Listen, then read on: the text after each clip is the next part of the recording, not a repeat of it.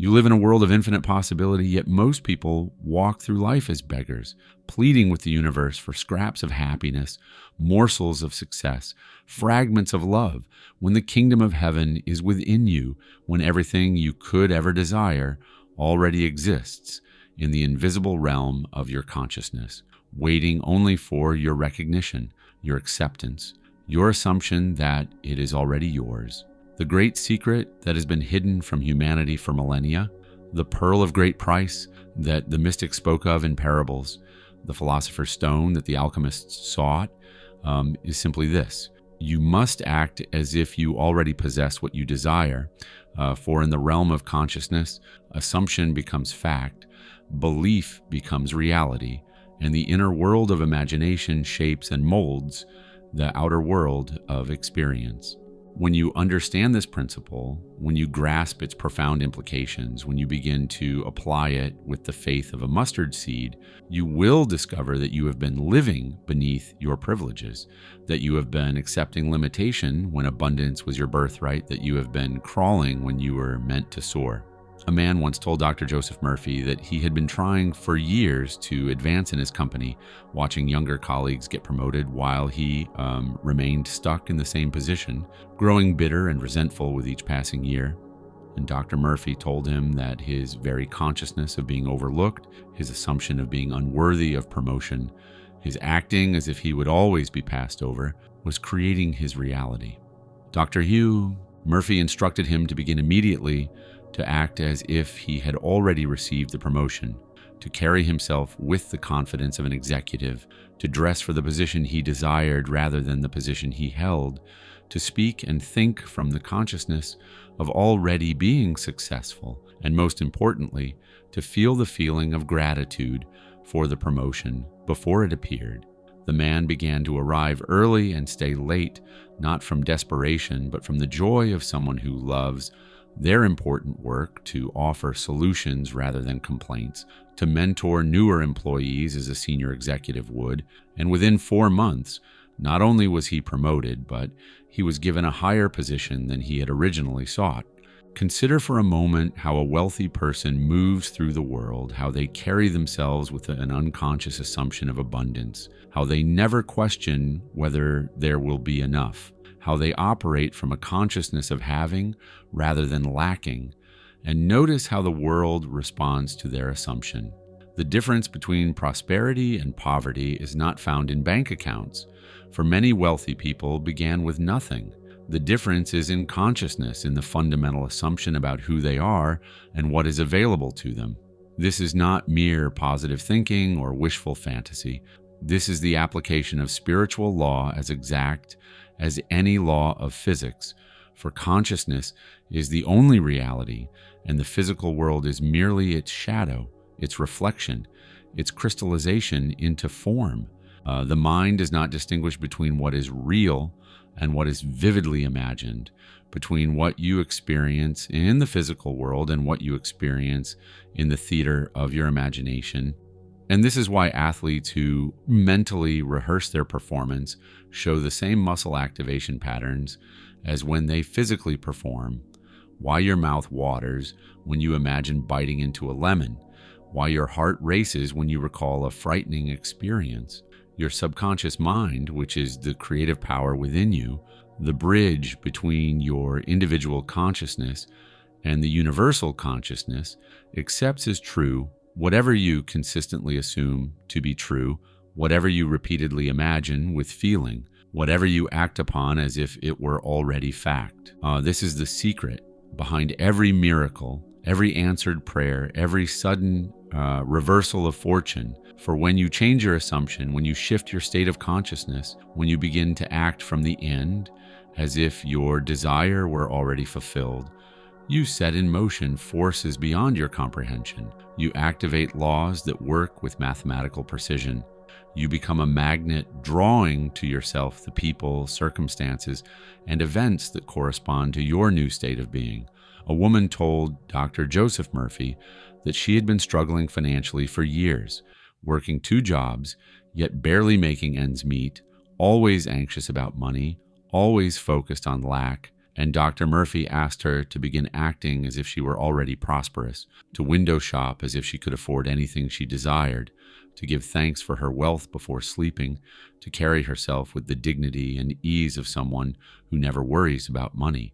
She began to dress her best, even when staying home, to speak of abundance rather than lack, to tip generously even when it stretched her budget, to walk through expensive stores feeling the reality of being able to purchase whatever she pleased, and within 6 months, she received an unexpected inheritance from a distant relative she had never met, followed by a promotion that doubled her salary.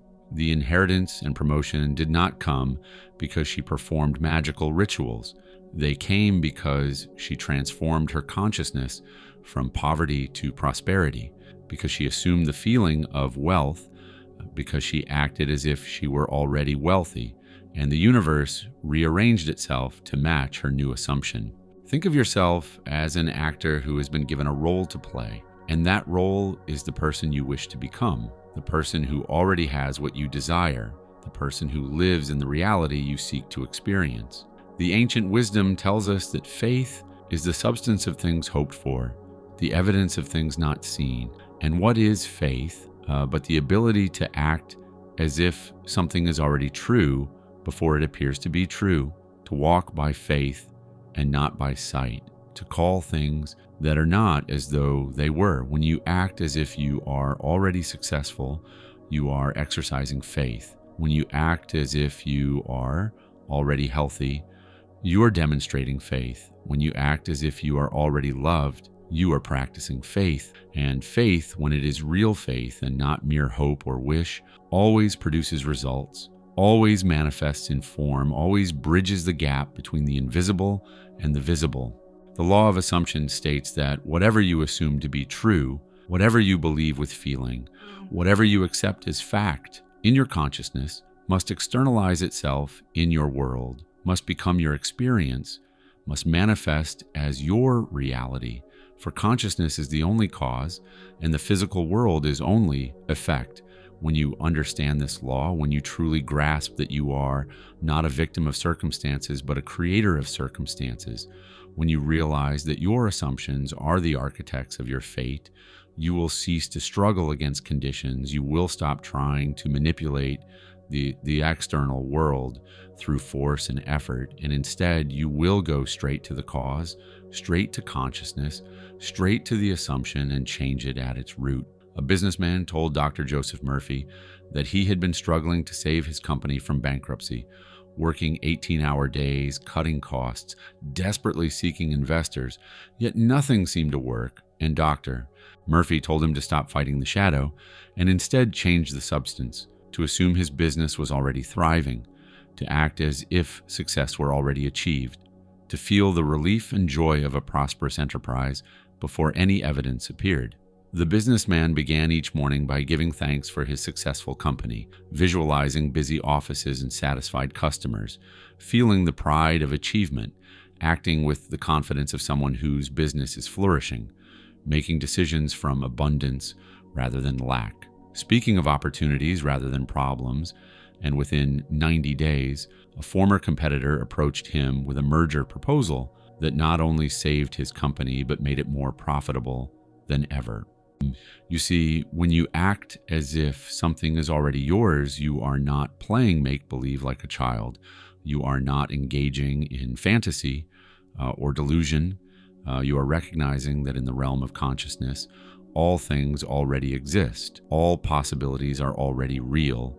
All desires are already fulfilled. And you are simply selecting which reality you will experience, which possibility you will actualize, which version of yourself you will embody. The delay between your assumption and its manifestation is not a punishment or a test. It is simply the time required for consciousness to reorganize matter, for the invisible pattern to become visible form, for the new state to crystallize into physical fact. And during this interval, this bridge of incidents, your only task is to remain faithful to your assumption, to continue acting as if, to persist in your new state regardless of appearances. Every moment of every day, you are assuming something to be true about yourself, about others, about life, about what is possible and what is impossible. And these assumptions, though they seem like mere thoughts, mere opinions, mere beliefs, are actually creative forces that shape your reality with the same certainty that a mold shapes clay. Most people are unconscious of their assumptions, unaware that they are constantly creating through their chronic states of consciousness, oblivious to the fact that their habitual thoughts and feelings are the seeds from which their tomorrow grows, and so they assume limitation and experience limitation, assume struggle and experience struggle, assume unworthiness and experience rejection, all the while believing that life is happening to them rather than through them. A woman told Dr. Joseph Murphy that every relationship she entered ended the same way, with abandonment and betrayal, and she insisted it was bad luck, that she was cursed, that all men were untrustworthy, and Dr. Murphy showed her that she was not experiencing bad luck but perfect law, that her assumption of inevitable betrayal was creating the very betrayal she feared, that by acting as if abandonment were certain, she was unconsciously pushing away every person who might have stayed. He instructed her to assume she was worthy of lasting love, to act as if she were already in a faithful, devoted relationship, to feel the security of being cherished, to prepare her home for a permanent partner rather than a temporary visitor, to speak of men with appreciation rather than suspicion. And though it felt unnatural at first, though every fiber of her being wanted to return to the old assumption, she persisted, and within a year she married a man who has remained devoted to her for decades. The power of acting as if lies not in the action itself, but in what the action does to your consciousness, how it impresses upon your subconscious mind the reality of your desire, how it conditions you to receive what you have claimed, how it attunes you to the frequency of your wish fulfilled. When you act as if you are healthy, you are programming your body to manifest health. When you act as if you are confident, you are instructing your mind to produce confidence. When you act as if you are loved, you are commanding the universe to reflect love back to you.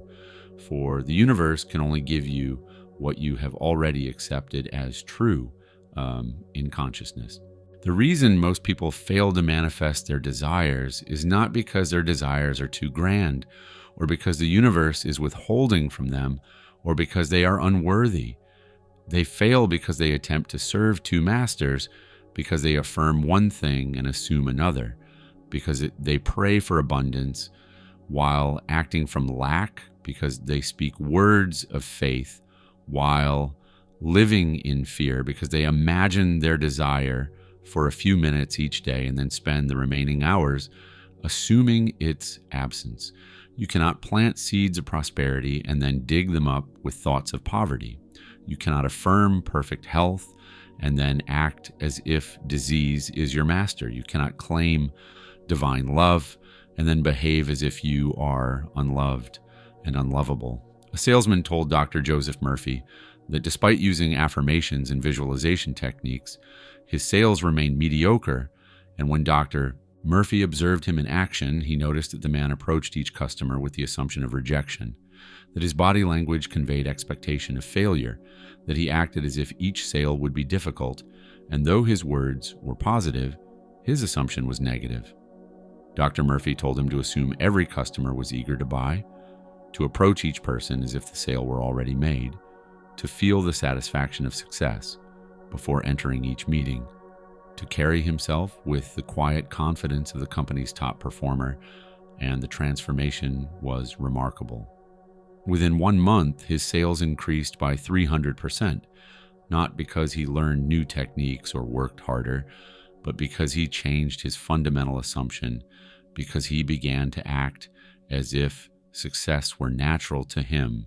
You must understand that your subconscious mind is always watching, always listening, always recording, not just to your words, but to your actions, not just to your affirmations, but to your assumptions, not just to what you say you believe, but to how you actually behave. And it is your behavior, your consistent action, your habitual way of being that tells your subconscious mind what you really believe to be true. When you act as if something is already yours, you are speaking the language your subconscious understands. You are giving it clear, unmistakable instructions. You are programming it with the reality you wish to experience.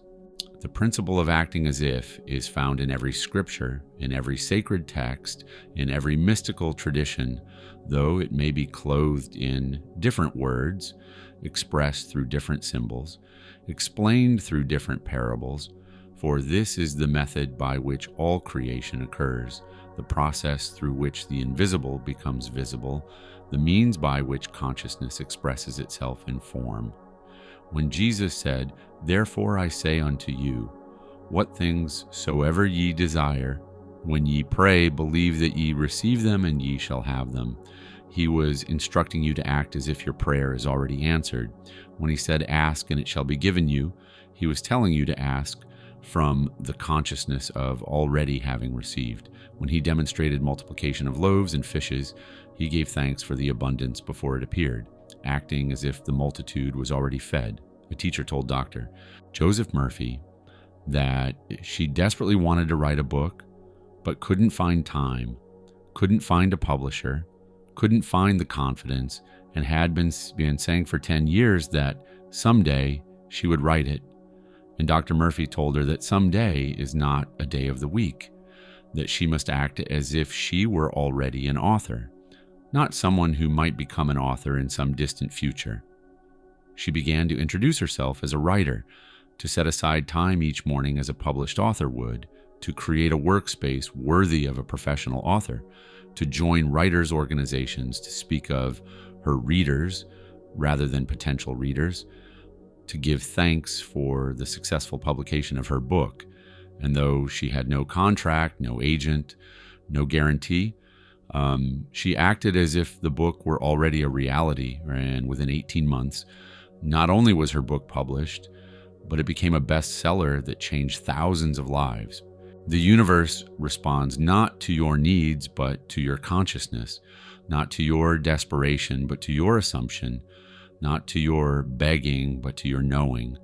And when you act as if something is already true, you demonstrate the kind of knowing that moves mountains, the kind of faith that parts seas, the kind of assumption that creates worlds.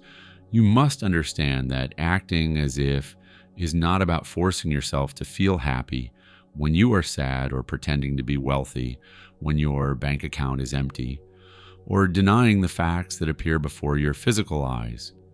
It is about recognizing that facts are merely the crystallized results of former assumptions, that current conditions are simply the harvest of seeds planted in the past, that what appears to be solid and unchangeable is actually fluid and responsive to consciousness. When you look at your present circumstances and accept them as permanent, you are like a person watching last year's movie and believing it determines tomorrow's script. For the present moment is always displaying the fruits of past consciousness while simultaneously providing the soil for future manifestation. A young engineer told Dr. Joseph Murphy that he had a revolutionary invention, but no capital, no connections, no way to bring it to market. And everyone told him to be realistic, to accept that good ideas without money go nowhere. But Dr. Murphy told him that in consciousness there is no lack, only abundance waiting to be recognized. The engineer began to act as if his invention were already successful, setting up a simple office in his garage, creating professional drawings and presentations, speaking of his company rather than his idea, dressing each day as the CEO of a thriving enterprise, visualizing factories producing his invention, feeling the satisfaction of seeing his product improve lives. And though months passed with no visible progress, he persisted in his assumption, continued acting as if success were inevitable. And one day at a coffee shop, while sketching improvements to his design, a venture capitalist noticed his work, struck up a conversation, and within 6 weeks provided full funding for development and production. The world had to conform to his assumption, Circumstances had to align with his consciousness. Reality had to match his persistent state of being, for this is law, this is principle, this is the way creation works, and it works not sometimes, but always, not for some, but for all, not partially, but completely, though the timing and the means may surprise you. The art of acting as if requires you to embody the feeling of your wish fulfilled, to capture the mood of success, to assume the emotional state of the person who has already achieved what you desire, for feeling is the secret. Emotion is the power. The sensation of having is what impresses the subconscious mind and sets the creative process in motion. Most people try to think their way to success, to affirm their way to abundance, to visualize their way to love. But thought without feeling is like seed without water. Visualization without emotion is like a blueprint without builders. Affirmation without sensation is like a map without movement. A struggling artist told Dr. Joseph Murphy that she spent hours visualizing her paintings in galleries, imagining red "sold" stickers on each piece, seeing wealthy collectors admiring her work, but nothing changed. And Dr. Murphy asked her, "How do you feel when you visualize? Do you feel the joy of success or the desperation of wanting? Do you feel the satisfaction of achievement or the frustration of lack?"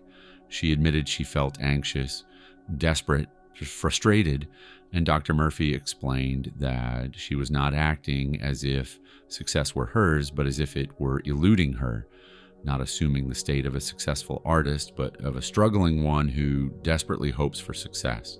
He instructed her to first capture the feeling of being a celebrated artist, to feel the quiet confidence, the deep satisfaction, the serene knowing that comes with recognition, to move through her day with the emotional state of someone whose work is valued and sought after, to paint not from desperation, but from the joy of someone whose art is already appreciated, and the shift was profound.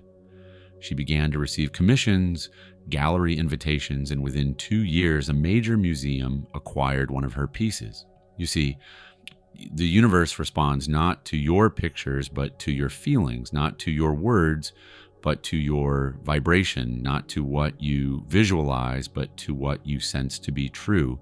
And when you act as if with genuine feeling, when you embody the emotional state of fulfillment, you become irresistible to your good. There is a bridge of incidents that connects your assumption to its fulfillment. You're acting as if to its manifestation, your internal state to its external expression. And this bridge is built not by your conscious mind, but by infinite intelligence, not by your personal effort, but by universal power, not by your limited perspective, but by omniscient wisdom that knows 10,000 ways to fulfill your desire that you could never imagine. Your job is not to build the bridge, but to cross it, not to figure out how your assumption will manifest, but to maintain the assumption, not to make it happen, but to let it happen by persistently acting as if it has already happened. A physician told Dr. Joseph Murphy that he wanted to establish a healing center that combined traditional and alternative medicine, but he had no funding, no building, no staff, no support from the medical establishment, and the dream seemed impossible. But Dr. Murphy reminded him that with God all things are possible, that in consciousness there are no impossibilities, only assumptions of impossibility. The physician began to act as if the center already existed, creating detailed plans and protocols, writing treatment programs, establishing the organizational structure, speaking of the center as a present reality rather than a future hope, feeling the satisfaction of seeing patients healed through integrated care, conducting himself as the director of a thriving facility, and though 2 years passed with no apparent progress, he never wavered in his assumption, never stopped acting as if, never returned to the consciousness of impossibility. Then, through a series of seeming coincidences that were actually the bridge of incidents, he met a philanthropist whose child had been failed by conventional medicine, who shared his vision of integrated healing, who not only provided full funding, but also a perfect building and connections to assemble an extraordinary staff. And today, that center has helped thousands of people and has become a model for integrated medicine worldwide.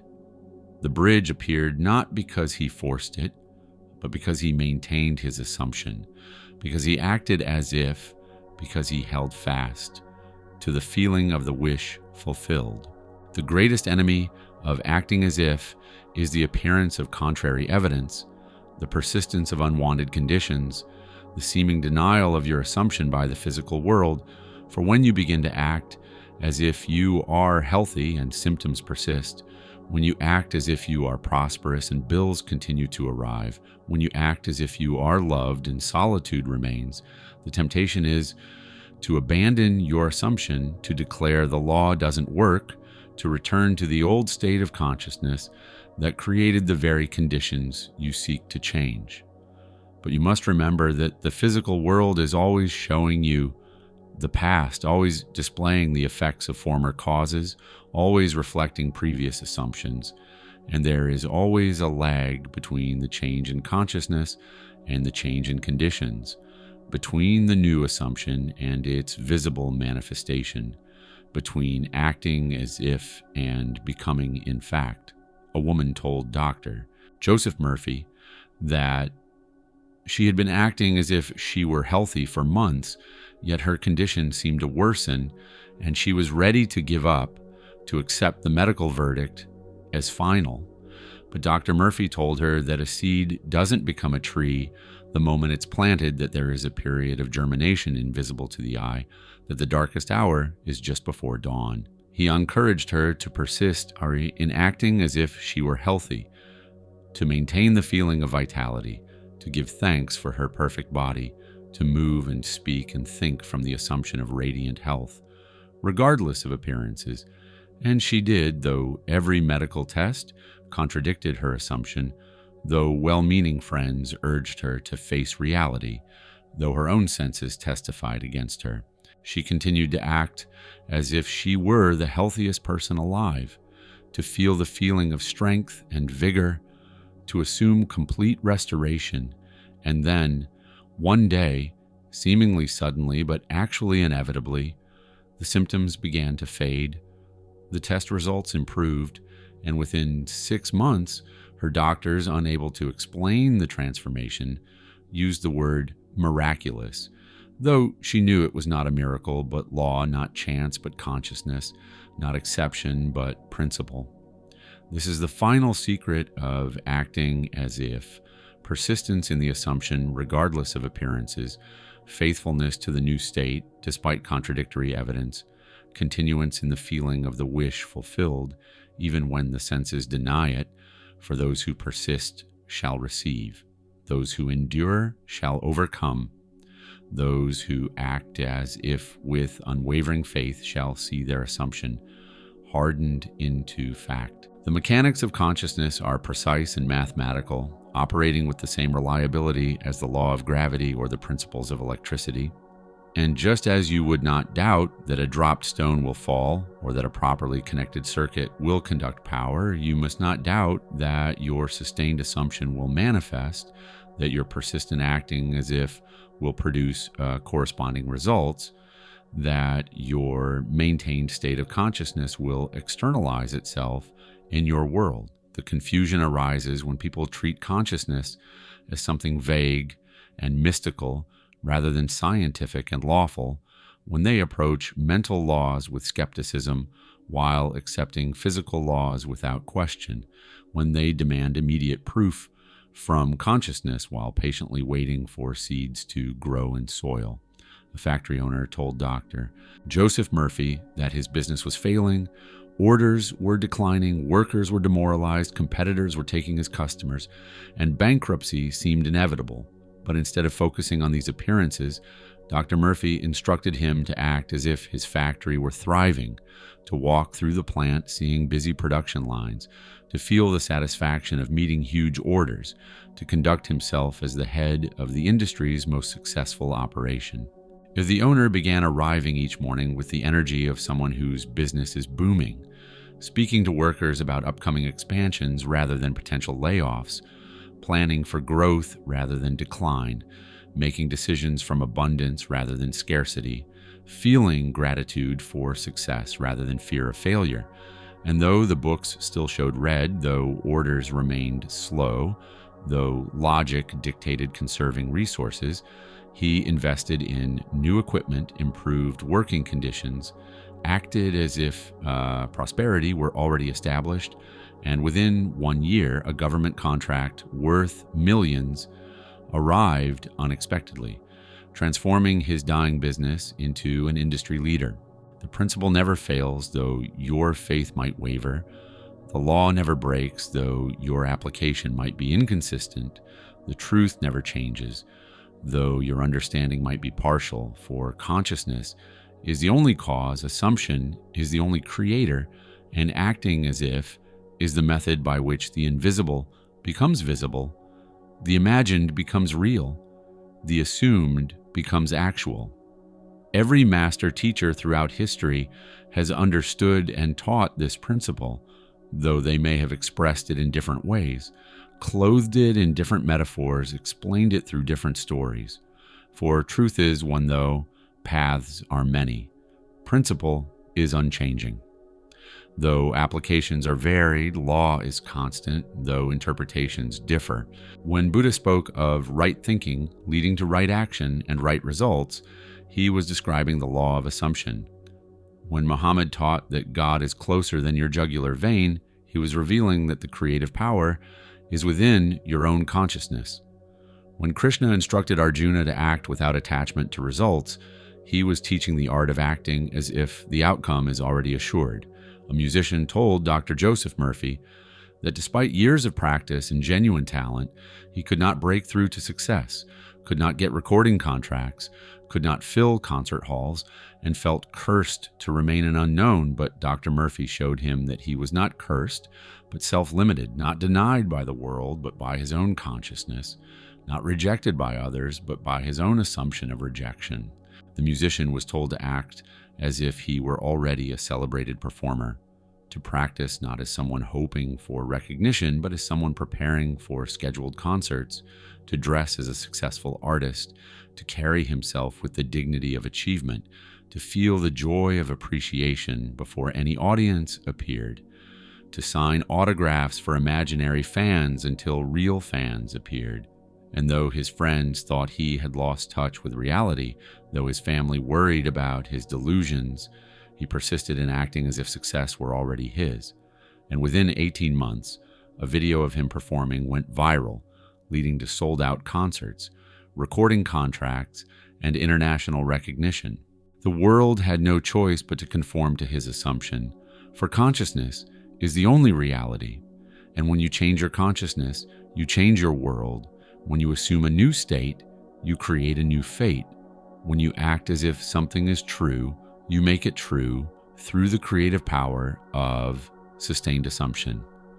The reason you must act as if, rather than merely think or hope or wish, is because action is the language of the subconscious mind. Behavior is the means by which assumptions are impressed upon the deeper levels of consciousness. Conduct is the way faith is demonstrated and made manifest in the physical world. Your subconscious mind, which is the builder of your body, right, the controller of all automatic functions, the connector to infinite intelligence, does not respond to weak wishes or idle daydreams or occasional thoughts. It responds to dominant assumptions demonstrated through consistent action, to states of consciousness embodied in behavior, to beliefs expressed through conduct. A teacher told Dr. Joseph Murphy that she wanted to become a principal, but had been passed over for promotion 5 times, and each rejection reinforced her belief that she would never advance, that politics and favoritism determined advancement, that merit was irrelevant. But Dr. Murphy showed her that her assumption of being overlooked was creating the very overlooking she experienced, that her acting as if she would remain a teacher was ensuring she would remain a teacher. He instructed her to immediately begin acting as if she were already a principal, to study administration even without the position, to mentor younger teachers as a principal would, to dress for the position she desired, to speak with the authority of leadership, to feel the responsibility and satisfaction of running a school, and most importantly, to maintain this assumption regardless of how many times she had been rejected in the past. She transformed her entire bearing, her presence, her way of moving through the school, acting as if the promotion were already hers, feeling the reality of being principal, assuming the consciousness of leadership, and when the next opening arose, not only was she selected, but the superintendent said she seemed like she had been preparing for this role her entire career, not knowing how accurately he spoke, for she had been preparing through her assumption, through her acting as if, through her sustained state of consciousness that finally externalized as fact. The subtleties of acting as if require discernment and wisdom, for you must distinguish between the essence and the form, between the state of consciousness and its possible expressions, between the feeling of having and the specific means by which having might come. When you desire wealth, the essence is the feeling of financial freedom, security, and abundance, not necessarily the specific job or investment or inheritance you imagine might bring it. When you desire love, the essence is the feeling of being cherished, valued, and connected, not necessarily the particular person you think must provide it. When you desire health, the essence is the feeling of vitality, strength, and well-being, not necessarily the specific treatment or cure you believe is required. A businessman told Dr. Joseph Murphy that he had been acting as if a specific deal would make him wealthy, visualizing that exact contract, that particular partnership, that precise arrangement, and when it fell through, he felt devastated, convinced the law had failed. But Dr. Murphy explained that he had been too specific in form while neglecting the essence, too attached to the means while forgetting the end. The man was instructed to act as if he were already wealthy without specifying how wealth would come, to assume prosperity without dictating its channel, to feel financially free without insisting on a particular source, to embody abundance without attachment to specific means. And once he released his rigid specifications while maintaining his assumption of wealth, money began flowing from unexpected sources. Multiple streams of income appeared, opportunities he never imagined presented themselves, and within 2 years he achieved greater wealth than the failed deal would have provided. You must hold firm to the assumption while remaining flexible about its expression, maintain the feeling while releasing control of the form, act as if the essence is yours while allowing infinite intelligence to orchestrate the details, for the universe has ways of fulfilling your assumption that your limited mind cannot conceive.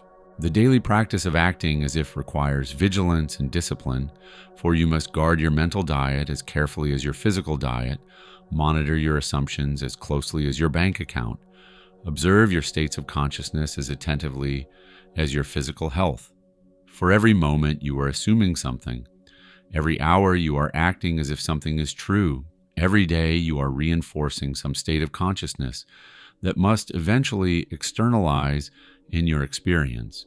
From the moment you wake until you sleep, you are either assuming limitation or abundance, acting as if you are victim or creator, embodying lack or fullness, demonstrating faith or fear, and these moment-by-moment assumptions accumulate like drops of water that eventually become an ocean, like individual threads that weave the fabric of your destiny, a nurse told Dr. Joseph Murphy that she understood the principle intellectually but found it difficult to maintain the assumption throughout the day that she would start strong each morning, acting as if her desires were fulfilled. But by afternoon, faced with difficult patients and demanding doctors, she would slip back into old patterns of consciousness, old assumptions of struggle and limitation. Dr. Murphy told her that transformation requires the same persistence as physical fitness, that just as you cannot exercise once and expect permanent results, You cannot assume temporarily and expect lasting change. That consciousness, like muscle, must be trained consistently until the new state becomes natural. He gave her a simple practice. Every time she entered a patient's room, she would pause and assume the state she desired. Every time she took a break, she would feel the feeling of her wish fulfilled. Every time she faced a challenge, she would act as if she already possessed the solution. And through this constant reinforcement, this perpetual practicing of the presence of her good, the new assumption became her dominant state.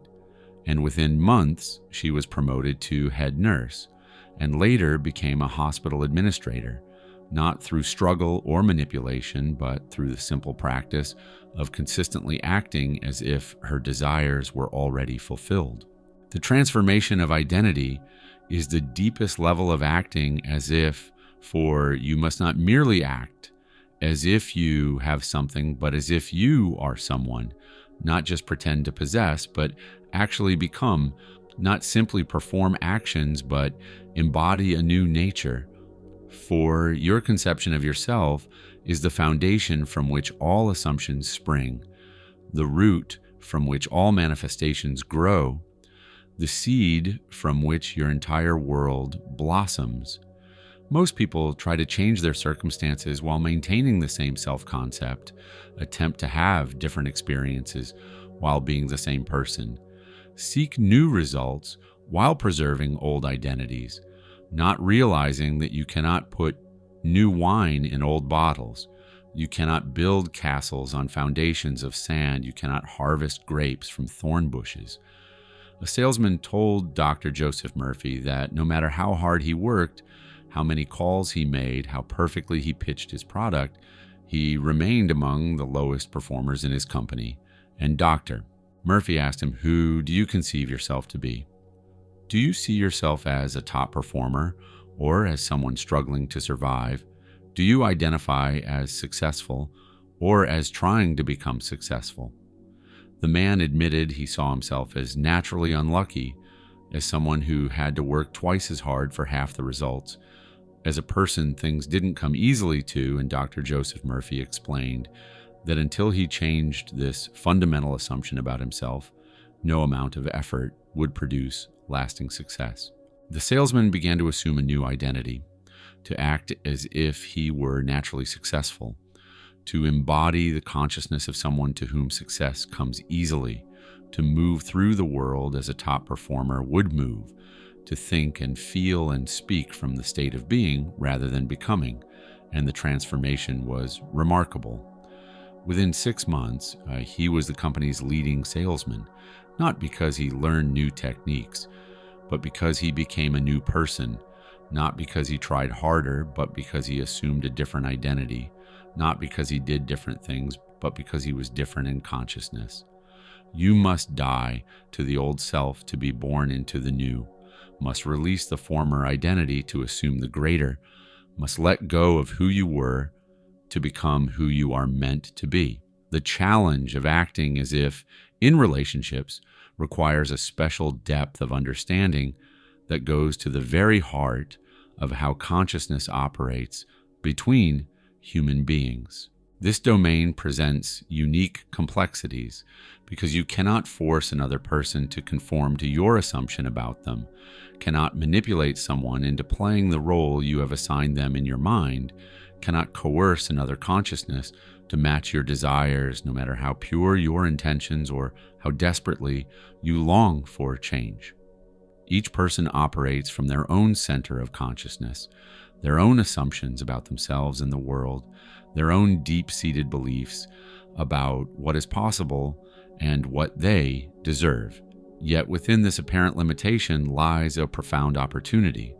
For while you cannot directly control another person's behavior, you can assume the state of being that corresponds to the relationship you desire. You can act as if you are already experiencing the love, respect, and appreciation you seek. You can embody the consciousness of someone who is deeply cherished, genuinely valued, and completely understood. When you maintain this assumption with consistency and authentic feeling, you create a shift in the fundamental energy between you and others that invites them to respond from their highest nature.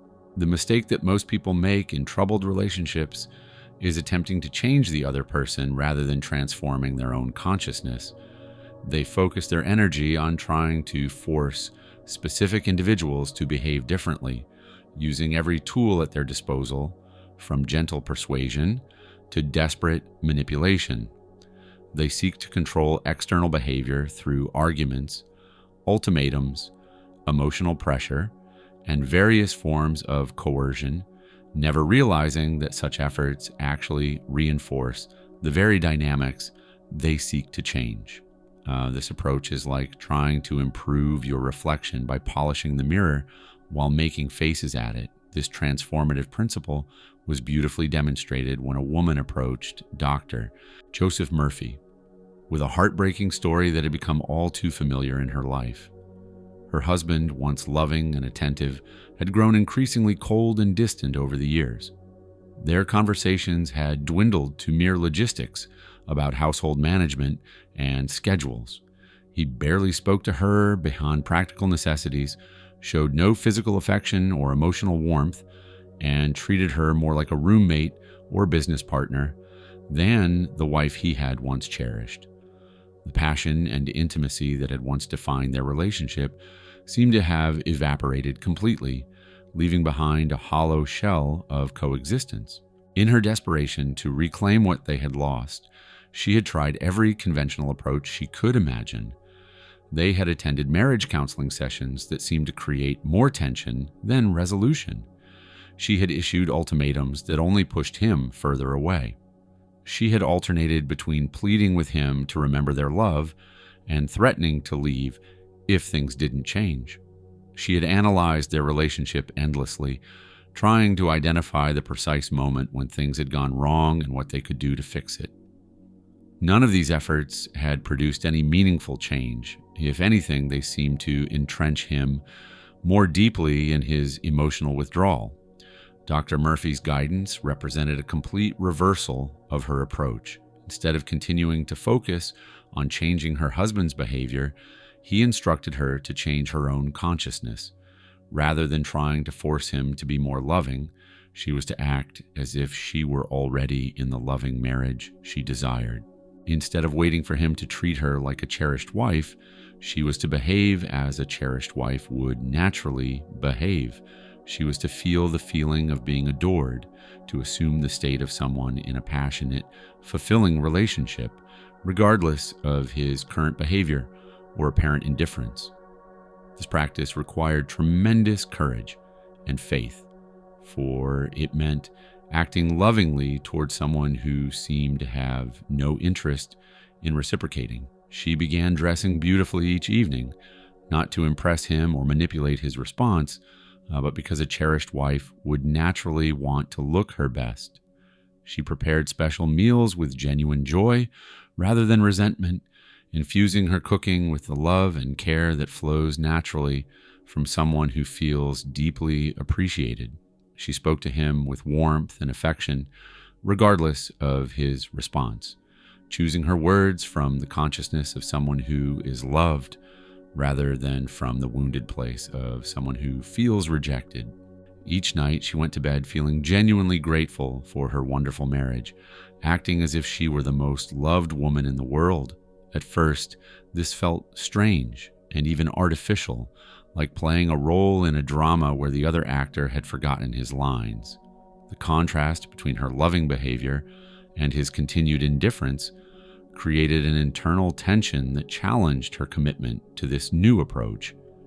Yet she persisted in her assumption, maintained her elevated state, and continued acting as if she were deeply loved and valued, regardless of external evidence to the contrary. Within 3 months, something remarkable occurred that seemed to defy logical explanation. Her husband underwent what appeared to be a complete transformation, becoming affectionate, attentive, and romantic in ways that reminded her of their early courtship. He began initiating conversations, expressing appreciation for the care she showed him, and demonstrating the very love and attention she had been longing to receive. To outside observers, it seemed as if he had suddenly become a different person. Yet the truth was more profound. It was she who had become different in consciousness, and he was simply reflecting her new assumption about herself and their relationship. This transformation illustrates one of the most powerful principles governing human relationships. They function as mirrors of consciousness, reflecting back to you what you assume to be true about yourself and your worthiness of love. When you change your fundamental assumption about yourself, when you consistently act as if you are loved, valued, and respected, the mirror of relationship must show a new reflection. This is not manipulation or control, but the natural operation of consciousness responding to consciousness, love calling forth love, assumption manifesting as experience. The mastery of time in acting as if requires a fundamental shift in understanding that revolutionizes your relationship with past, present, and future. Within the vast expanse of consciousness, there exists no time as you commonly understand it.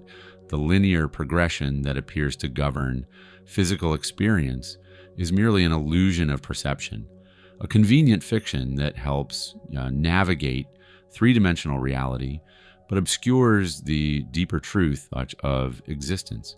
In consciousness, past, present, and future exist simultaneously in the eternal now, woven together in a tapestry of infinite possibility, where all potential outcomes coexist in perfect harmony.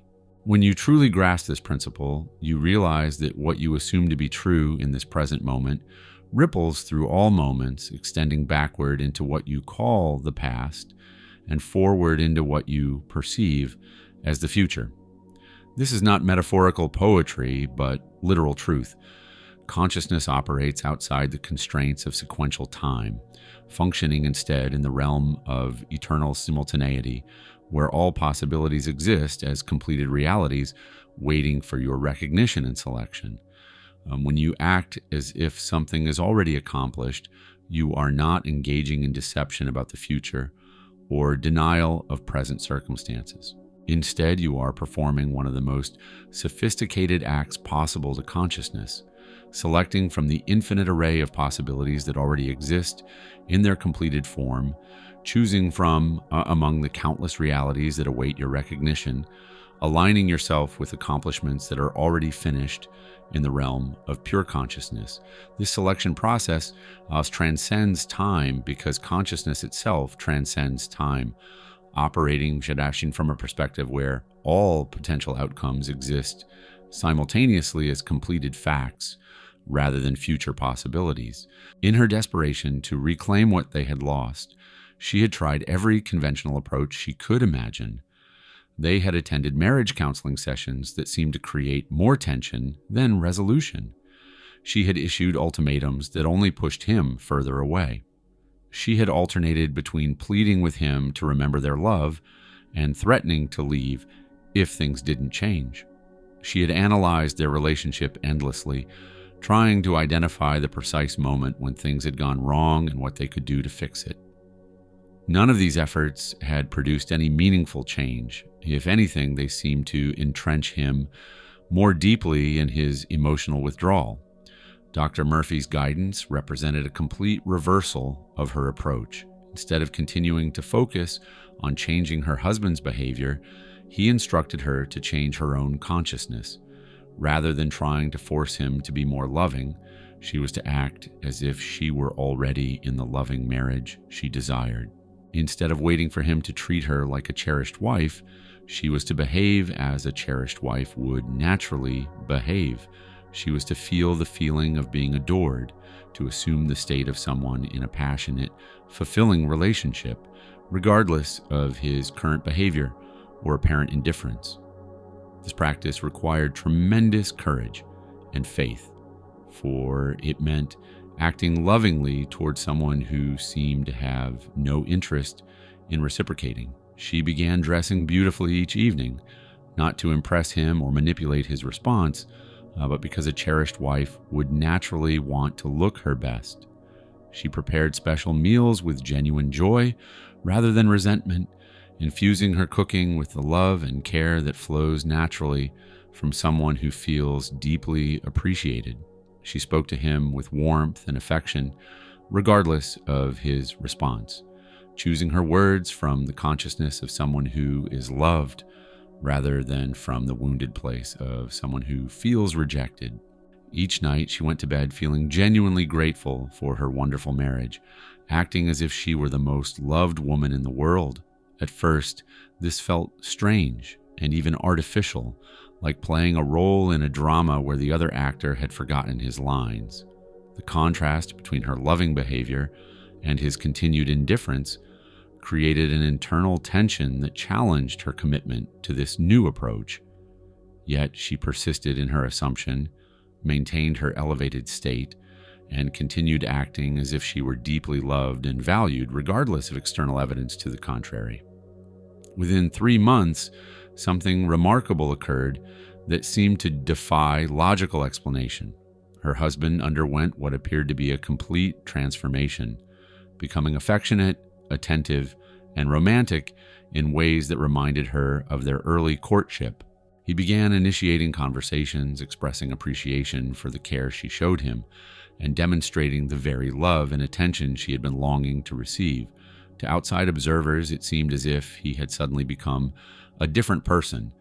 Yet the truth was more profound. It was she who had become different in consciousness, and he was simply reflecting her new assumption about herself and their relationship.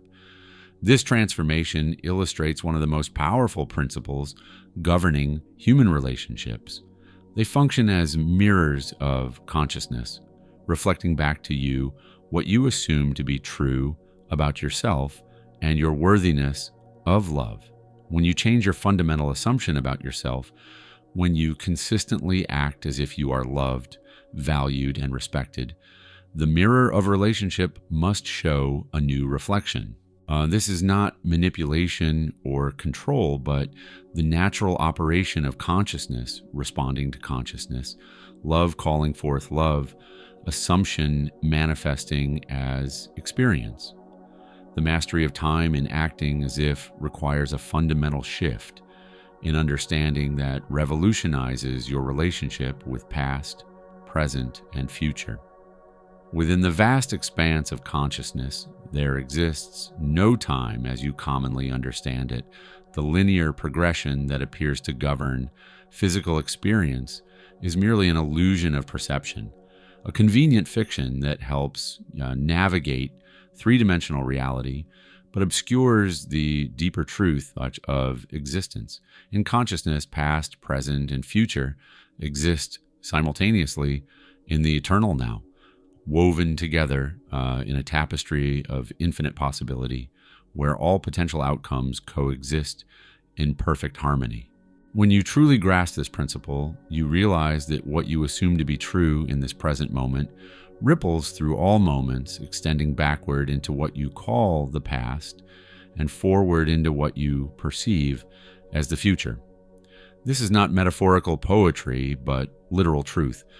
Consciousness operates outside the constraints of sequential time, functioning instead in the realm of eternal simultaneity, where all possibilities exist as completed realities waiting for your recognition and selection. When you act as if something is already accomplished, you are not engaging in deception about the future or denial of present circumstances. Instead, you are performing one of the most sophisticated acts possible to consciousness, selecting from the infinite array of possibilities that already exist in their completed form, choosing from among the countless realities that await your recognition, aligning yourself with accomplishments that are already finished in the realm of pure consciousness. This selection process transcends time because consciousness itself transcends time, operating Shadashin from a perspective where all potential outcomes exist simultaneously as completed facts rather than future possibilities. This truth became crystal clear when an entrepreneur approached Dr. Joseph Murphy with a confession that revealed the limitations of partial application. He had successfully used the principle of acting as if to build a thriving business empire, demonstrating remarkable faith and assumption in the professional realm. His company flourished, his income multiplied, his reputation in the business world soared to remarkable heights. Yet, despite these external successes, he remained profoundly lonely and unfulfilled in his personal life, haunted by a persistent emptiness that no amount of professional achievement could fill. Dr. Murphy's insight cut straight to the heart of the matter. The entrepreneur had been acting as if success were entirely possible in business, while simultaneously assuming that meaningful relationships were beyond his reach. He had been demonstrating abundance and possibility professionally while maintaining deep-seated beliefs about lack and impossibility in his personal life. This divided consciousness created an internal contradiction that prevented him from experiencing the complete fulfillment that was his birthright. The revelation was transformative.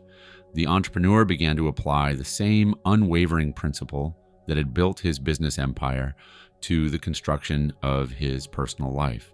He started acting as if he were already surrounded by loving, meaningful relationships, assuming the natural state of someone who enjoyed deep friendships and profound romantic fulfillment. He allowed himself to feel the joy of authentic connection before it manifested physically, embodying the consciousness of someone who is genuinely loved and valued for who they are, not merely for their professional achievements or financial success. As he maintained this comprehensive assumption, refusing to separate his professional and personal identity, his entire life underwent a miraculous transformation. Not only did he meet and marry a wonderful partner who saw and loved his authentic self, but his business expanded even beyond its previous success. His physical health improved dramatically, and his creativity flourished in ways he had never imagined possible. This comprehensive improvement occurred because when consciousness is unified, when assumption becomes total, when acting as if encompasses every area of existence without exception, life itself becomes magical, and existence becomes genuinely miraculous. Another powerful illustration of this principle emerged when a woman approached Dr. Joseph Murphy with what she considered an impossible dream. She yearned to be simultaneously healthy, wealthy, loved, and creatively fulfilled, but felt that such comprehensive blessing was too much to ask of the universe. She had been conditioned to believe that she should be grateful for success in just one area, that seeking fulfillment across all dimensions of life was somehow greedy or unrealistic. Dr. Murphy's response shattered these limiting beliefs with the force of absolute truth. He reminded her that infinite consciousness knows no shortage, that divine abundance recognizes no artificial limits, that the same power that creates galaxies and sustains entire ecosystems could certainly fulfill every aspect of one human life simultaneously. He encouraged her to assume completeness in all areas at once, to refuse the false choice between different types of fulfillment. As she began to act as if she were already living her ideal life in its totality, as she assumed comprehensive fulfillment rather than settling for partial satisfaction, as she embodied complete contentment across every dimension of her existence, something extraordinary occurred. Every area of her life simultaneously lifted to match her elevated assumption, creating a symphony of fulfillment that demonstrated the magnificent power of unified consciousness, operating without internal contradiction or limitation. The ultimate secret of acting as if reveals itself not as a technique of pretense, but as a profound remembering of what you have always been. This is not about fashioning yourself into something foreign or alien to your nature, but rather the gentle uncovering of something that has existed within you since before time began. You are not creating new possibilities from nothing, but excavating eternal truths that have been buried beneath layers of false beliefs and forgotten assumptions. The practice is not about becoming different, but about revealing your authentic nature that has been waiting patiently beneath the surface of your awareness. In truth, you are already whole, already complete, already perfect in ways that your mind struggles to comprehend. Every limitation you perceive is nothing more than a false assumption that has taken root in your consciousness like a weed in fertile soil. All sense of lack is merely forgetfulness, a temporary amnesia that has caused you to overlook the infinite abundance that flows through your very being. The problems that seem so real, so pressing, so insurmountable are nothing but misunderstandings of your true identity, misinterpretations of a story that was never meant to define your limits. You are consciousness itself, wearing the temporary costume of human experience. You are creative power itself, temporarily playing the role of someone who believes themselves powerless. You are infinite possibility itself, momentarily identified with limitation, like an actor who has forgotten they are performing and believes themselves to be the character they portray. This identification with smallness, this forgetfulness of your true nature, this brief assumption that you are less than you truly are, is the source of all suffering and the root of all illusion. Acting as if then becomes simply the process of remembering, like a dreamer gradually awakening to the reality beyond the dream. It is the method of awakening from the trance of limitation, the gentle means by which you return to the truth of your being. This truth has never left you. You have simply turned your attention away from it, like someone searching frantically for glasses that rest upon their head. A powerful illustration of this truth emerged when a minister approached Dr. Joseph Murphy with a confession that shook him to his core. After years of preaching abundance from the pulpit, teaching prosperity principles with conviction, and counseling countless others in the law of assumption, he found himself simultaneously facing bankruptcy, illness, and divorce. The irony was crushing, and he felt like a hypocrite of the worst kind, a failure who had been teaching what he himself could not demonstrate, a fraud whose words rang hollow against the harsh reality of his circumstances. Dr. Murphy's response revealed a profound understanding of the human journey toward mastery. He reminded the minister that even masters must sometimes pause to remember and reapply their own wisdom, that teachers often face the deepest and most challenging tests of their own teachings. The gap between knowing something intellectually and embodying it completely represents different stages of understanding, different levels of consciousness, different degrees of awakening to truth. The minister's journey back to wholeness began with a return to the fundamentals, a humble recommitment to the basics he had been teaching others. He began once again to act as if he were healthy, prosperous, and deeply loved, but this time with a crucial difference in understanding. He approached this practice not as someone learning something entirely new, but as someone remembering something temporarily forgotten, like a person recalling a beloved song they had known by heart in childhood. He no longer reached desperately for foreign states of being, but recognized himself as someone returning to his natural state, his birthright, his original condition. The transformation that followed was both swift and complete. Unfolding with the ease of water finding its level, his health was restored not through arduous medical intervention, but through alignment with the truth of his perfect being. His finances revived not through desperate scrambling, but through recognition of his inherent abundance. His marriage was renewed not through forced reconciliation, but through embodiment of the love that he truly was. This healing occurred not through struggle against his circumstances, but through surrender to the truth of his being that had never changed despite appearances. It came not through effortful striving, but through the simple assumption of what was already true in consciousness, what had always been true, what could never be otherwise. This is the final revelation that dissolves all questions and ends all seeking. You are not using acting as if to become something you are not, but to reveal what you already are. You are not acquiring what you lack, for lack itself is the illusion.